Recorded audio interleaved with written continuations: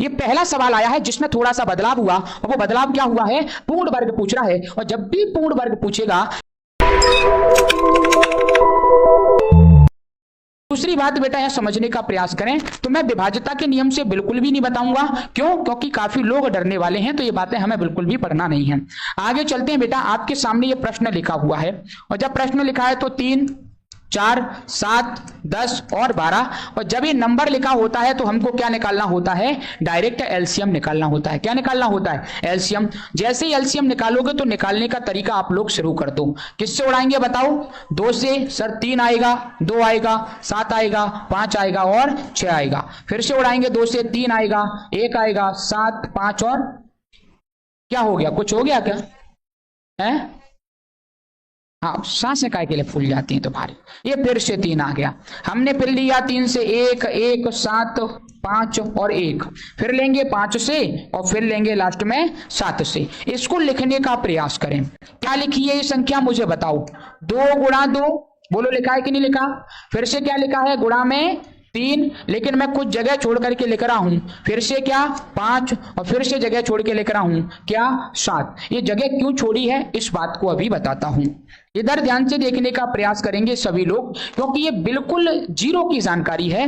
ये बातें अगर आपको बनती हैं, विभाज्यता का रूल अगर भूल भी जाते हैं, तो इससे बेटा प्रश्न निकलना निश्चित है। मैंने पहले ही कहा वो मेथड आपको सिखाया जाएगा कि ये अस्त्र कभी भी क्या नहीं होगा, फेल नहीं। ये मतलब हम फाउंडेशन क्लास से पूरा सीखने वाले हैं। मैंने कहा आपके सामने ये नंबर मैंने लिखा 2 बार 2 है, 1 बार 3 है, 1 बार 5, 1 बार 7, यही तो आया है। ये क्या कह रहा है? पहले प्रश्न की भाषा को समझेंगे, प्रश्न को पहचानना सीखेंगे, तब हम इसके अंदर कुछ हरकतें करेंगे। क्या करेंगे? ये प्रश्न कह रहा है वह छोटी से छोटी संख्या। सर प्रश्न में एलसीएम निकालना पड़ेगा, बात खत्म। छोटी से छोटी जब भी आया क्या निकालना पड़ेगा? एलसीएम। ये पहला पॉइंट हमारा क्लियर। ज्ञात कीजिए जो कि पूर्ण वर्ग भी हो। अगर आप देख रहे होंगे जो इन नंबरों से पूरी पूरी क्या हो जाए, विभाजित हो जाए।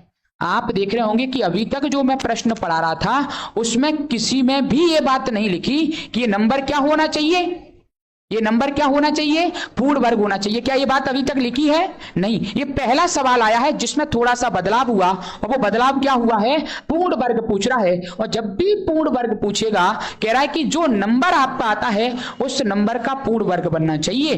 क्या बनना चाहिए? पूर्ण वर्ग। तो मुझे बताइए, पहले मैं इन सभी नंबरों को पूर्ण वर्ग बना दूं तो मेरा जवाब बन जाएगा? नहीं तो मैं इसमें से एक काम कर दूं, इनका आपस में गुणा कर लूं और इसका फिर पूर्ण वर्ग बना दूं। बात समझ में आई? मैं ऐसा भी कर सकता हूं, गुणा करो 7 पंजे 35 तिया 105 दूनी 210 का होता है 210, और 210 जो होता है, 210 जो होता है वो अभी मैंने इतने का गुणा किया, इस 2 का गुणा नहीं किया है।